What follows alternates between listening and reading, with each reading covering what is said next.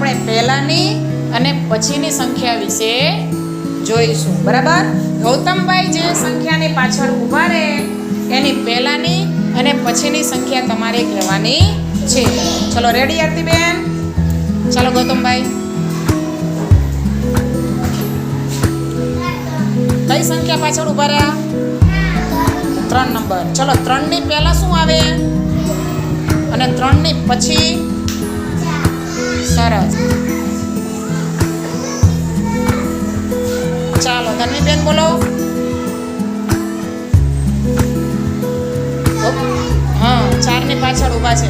ચલો 4 ની પહેલા શું આવે અને 4 પછી? સરસ.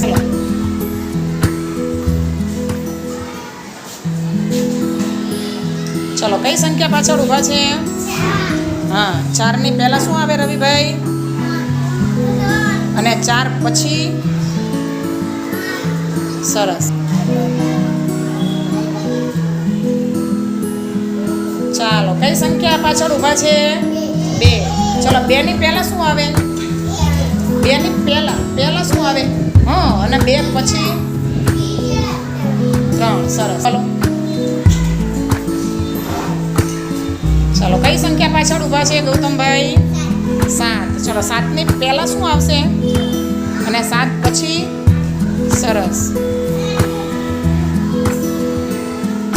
ચાલો રોહીબેન બોલો. 6 ની પહેલા અને 6 પછી? સરસ.